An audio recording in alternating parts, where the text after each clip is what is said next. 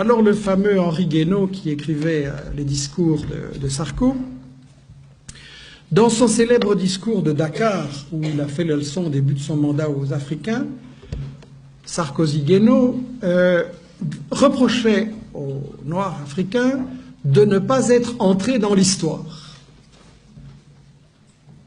Je ne sais pas s'ils sont totalement ignorants ou totalement malhonnêtes, ou les deux, mais c'est ahurissant parce que quand on regarde l'histoire du Mali,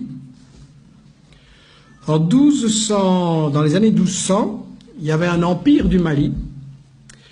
Il avait été fondé par Soundiata Keïta. L'empire du Mali avait un État fédéral très organisé avec un parlement. S'imagine, dans les années 1200, un parlement. En Europe, on va juste attendre 6 ou 7 siècles pour arriver à cette chose-là. Et l'État était très organisé, avec une armée, avec un système d'enseignement, avec un trésor public. Il organisait l'extraction et la vente de l'or. Il développait l'agriculture, coton, arachide.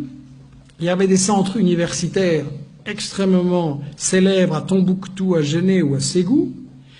Et un des successeurs de Keïta, Boubacar II, 2 siècles avant Christophe Colomb, a lancé 2 expéditions maritimes pour découvrir l'Amérique.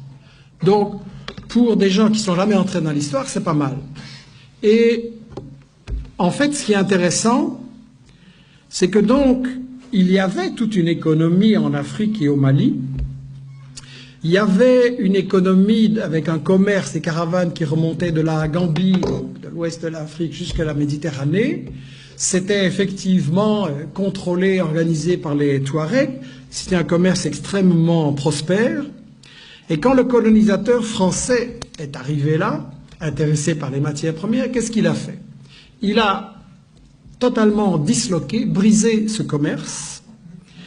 Pour gérer le commerce et l'économie, il a importé des Libanais et des Grecs.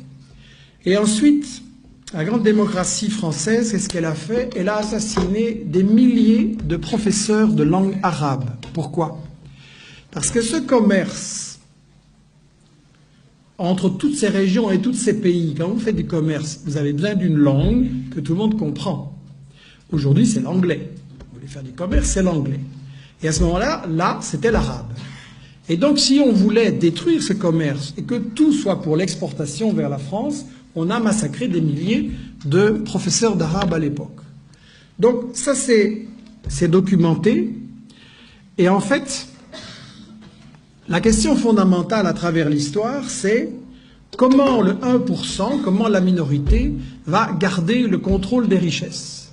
Et cette histoire-là a continué avec le premier président du Mali, Modibo Keïta, qui voulait le développement de son pays, l'indépendance, toute une politique panafricaine, comme on dit, comme il y a le panarabisme.